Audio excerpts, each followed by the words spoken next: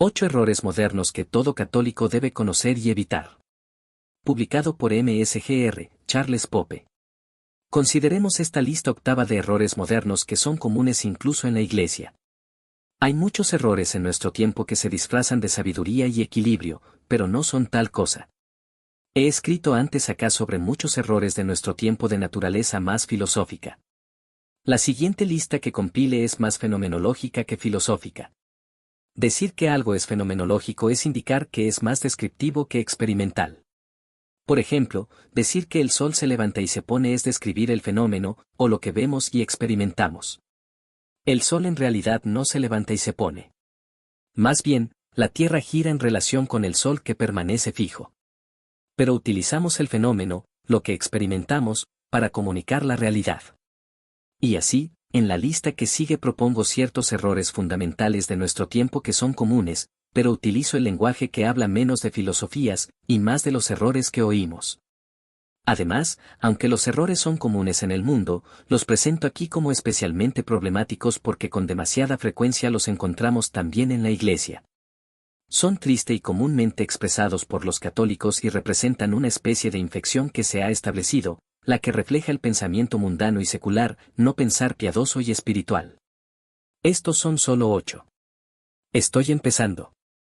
Espero que usted agregue a la lista y defina cuidadosamente lo que usted identifica. Pero por ahora, consideren esta lista octava de errores modernos que son comunes incluso en la Iglesia. 1. Misericordia sin referencia al arrepentimiento. Para muchos hoy, misericordia ha llegado a significar, Dios está de acuerdo con lo que estoy haciendo. Pero la verdadera misericordia no pasa por alto el pecado, lo presupone, lo ve como un problema serio, y ofrece una salida del pecado. La misericordia de Dios es su manera de extender su mano para sacarnos del fango del pecado. Y es por eso que el arrepentimiento es la llave que abre la misericordia. Pues, es por el arrepentimiento que alcanzamos y agarramos la mano misericordiosa y extendida de Dios. Uno de los principales errores de hoy es la proclamación de la misericordia sin referencia al arrepentimiento. Lamentablemente, esto es común, incluso en la Iglesia. Es demasiado común escuchar sermones sobre la misericordia sin hacer referencia al arrepentimiento. Las primeras palabras del ministerio de Jesús fueron, arrepentíos y creed en el Evangelio. El orden es importante. Porque, ¿cómo podemos experimentar las buenas nuevas de la misericordia de Dios si no nos arrepentimos primero? Llegamos a una nueva mente y conocemos nuestra necesidad de esa misericordia. Si no sabes las malas noticias, las buenas noticias no son noticias. El arrepentimiento nos lleva a nuestra realidad, nos hace aceptar nuestra necesidad de cambio, busca a Dios y desbloquea su misericordia. Este error de misericordia sin referencia al arrepentimiento es generalizado en la Iglesia hoy y conduce al pecado de presunción, un pecado contra la esperanza. 2. Estauropobia. El término estauropobia viene de raíces griegas y refiere a un miedo de la cruz, estauros igual a cruz más fobia igual a miedo.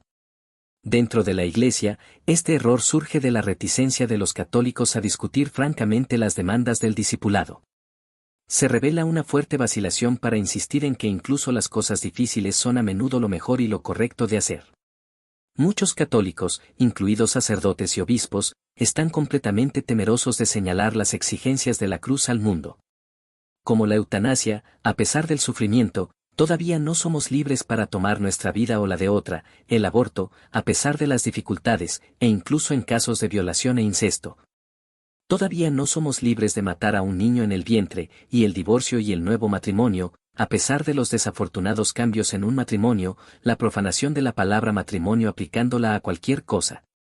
La estauropobia también hace que muchos duden en emitir correcciones dentro de la Iglesia y en las familias.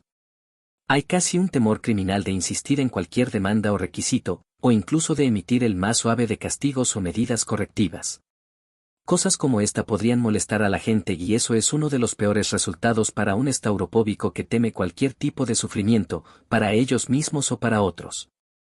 No ven una cualidad redentora al insistir en las exigencias de la cruz.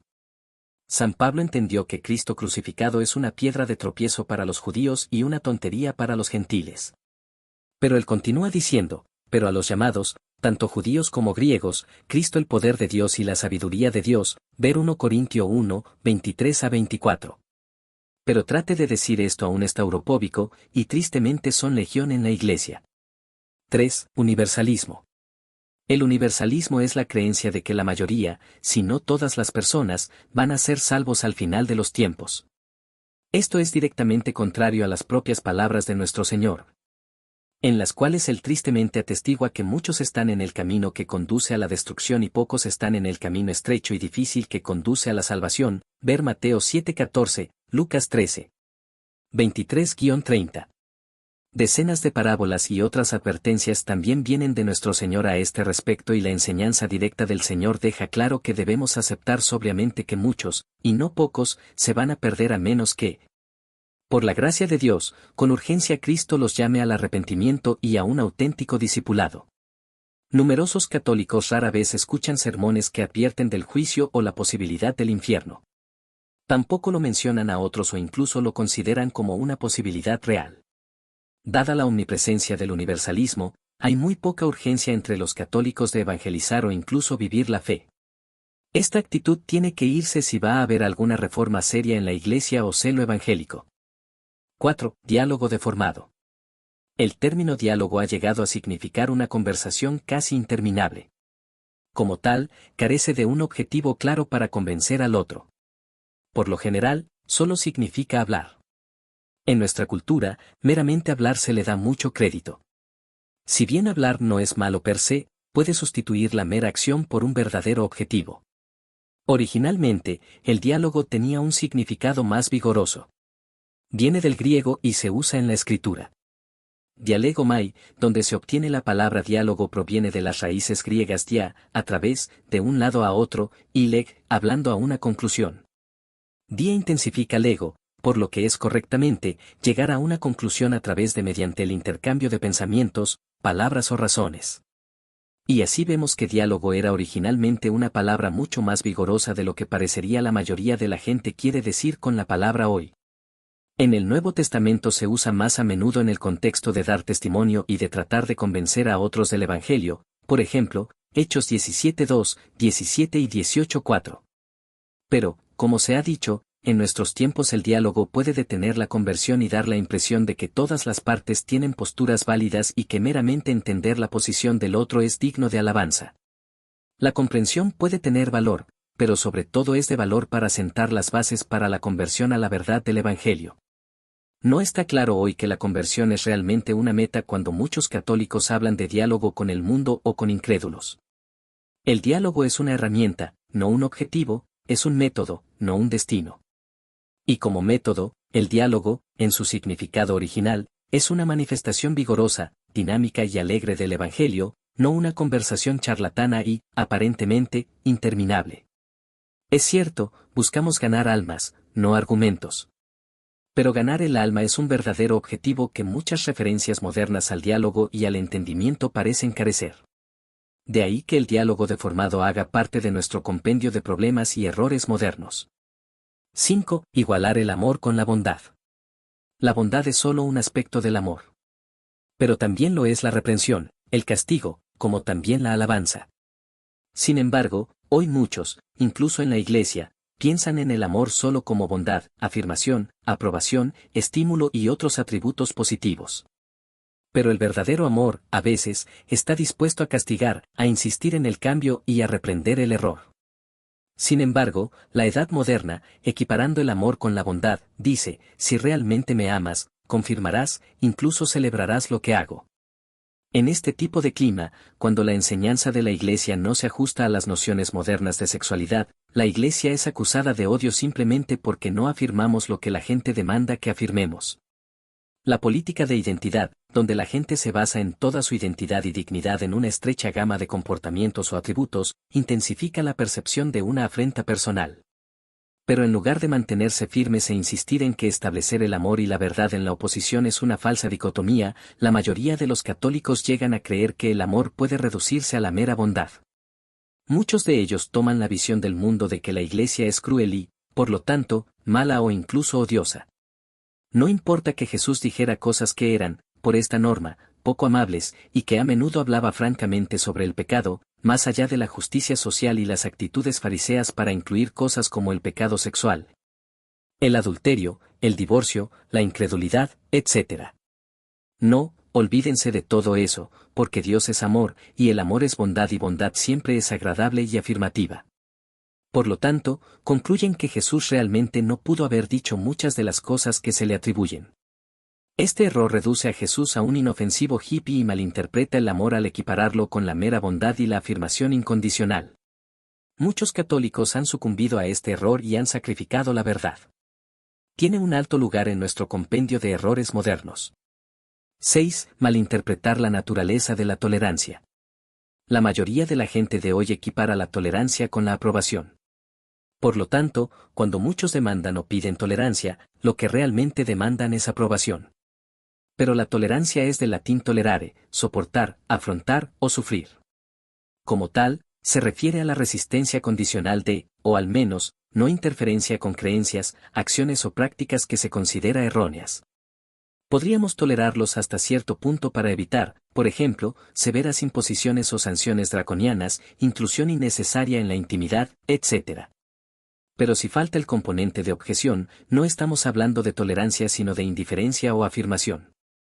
Y aquí, precisamente, está el corazón del error para los católicos que abrazan el error de la tolerancia como aprobación. En pocas palabras, lo que llaman tolerancia e incluso felicitarse a sí mismos de ello, es en realidad una forma de indiferencia y subjetivismo. No respeta adecuadamente la visión moral de Dios. En lugar de anunciar alegre y celosamente la verdad revelada por Dios, muchos adoptan una falsa tolerancia que es indiferente a la verdad o incluso afirma el error. Y luego, para colmo, se felicitan por la superioridad moral de su tolerancia. De hecho, es más probable pereza que está en el trabajo. La pereza, en este caso, es una aversión para emprender la ardua tarea de decir la verdad a un mundo dudoso y burlón. La tolerancia es una virtud importante en culturas complejas y pluralistas, pero no debe ser tan ampliada que pierda su significado real o sea tan absolutizada que la tolerancia se espera en todo momento, simplemente porque se exige. Los católicos también necesitan darse cuenta de que cuando muchos hoy demandan tolerancia de nosotros, no tienen intención de extenderla a nosotros. Muchos de los mismos grupos de interés que demandan tolerancia están trabajando para erosionar la libertad religiosa y cada vez son más reacios a tolerar puntos de vista religiosos en lugares públicos. Nuestra constante demanda de falsa tolerancia solo tiene por objeto introducir una gran oscuridad y presión para conformarse o aprobar un pecado grave. 7. Antropocentrismo. Este término se refiere a la tendencia moderna de tener al hombre en el centro y no a Dios. Ha sido una tendencia larga en el mundo desde el Renacimiento. Lamentablemente, ha infectado profundamente a la Iglesia en las últimas décadas. Esto es especialmente evidente en la liturgia. Nuestra arquitectura, canciones y gestos, anuncios incesantes y rituales de felicitación son autorreferenciales y enfocados hacia el interior. La liturgia, como se suele celebrar, parece más de nosotros que de Dios. Incluso la oración eucarística, que se dirige enteramente a Dios, suele celebrarse frente al pueblo. Nunca es bueno, especialmente en la Iglesia, llevar a Dios a los márgenes. Esta marginación de Dios es evidente no solo en la liturgia, sino en la vida parroquial, que a menudo es muy intensa con activismo arraigado en las obras corporales de la misericordia. Pero poca atención a las obras espirituales de la misericordia. Las organizaciones sociales predominan, pero es difícil encontrar interés en el estudio bíblico, las novenas tradicionales y otras obras espirituales dedicadas a Dios. Anunciar a Dios a través de un vigoroso trabajo de evangelización también es raro y la parroquia parece más una casa club que un faro. Los seres humanos son importantes, el humanismo cristiano es una virtud, pero el antropocentrismo es un error moderno común arraigado en el exceso. La adoración de Dios y la difusión de su reino es muy poco en evidencia en muchas parroquias. Los padres también parecen estar más centrados en el bienestar temporal de los niños, en su posición académica y demás, pero menos preocupados en general por el conocimiento espiritual o el bienestar de ellos. Dios debe ser central para que el hombre sea verdaderamente elevado. 8. Inversión de rol. Jesús dijo que el Espíritu Santo, a quien nos enviaría, convencería al mundo, ver Juan 16. Y así, la relación apropiada de un católico con el mundo es tener el mundo en juicio. San Pablo dice, pongan a prueba todas las cosas. Aférrense a lo que es bueno. Absténganse de toda forma de maldad. 1 Tesalonicenses 5, 21 a 22. Así que, de nuevo, el mundo debe ser juzgado con base en la luz del Evangelio. Pero con demasiada frecuencia los católicos tienen las cosas invertidas y ponen a prueba la palabra de Dios y las enseñanzas de la Iglesia, juzgándolas por la perspectiva del mundo. Debemos juzgar todas las cosas por la luz de Dios. Sin embargo, es común oír a los católicos burlarse de las enseñanzas que desafían el pensamiento mundano u ofenden a las prioridades mundanas.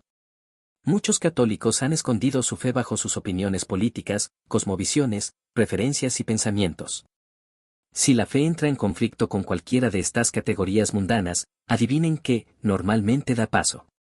Jesús dice, si alguno se avergüenza de mí y de mis palabras en esta generación adúltera y pecadora, el Hijo del Hombre se avergonzará de ellos cuando venga en la gloria de su Padre con los santos ángeles. Marcos 8. 38. Pero muchos se avergüenzan de las enseñanzas del Señor que no se ajustan a las nociones mundanas y populares. Todo esto equivale a una inversión trágica de roles en la que el mundo y sus concepciones anulan el Evangelio. Debe ser el mundo el que es condenado por el Espíritu Santo. En lugar de eso, ponemos a Dios mismo en el papel de acusado. No debería ser así.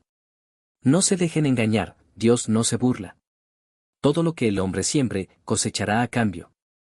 El que siembra para complacer a su carne, de la carne cosechará destrucción, pero el que siembra para complacer al Espíritu, del Espíritu cosechará vida eterna. Galatas 6, 7 a 8. Así que aquí están solo 8 entradas en nuestro compendio de errores modernos. Muchas gracias, Dios te bendiga.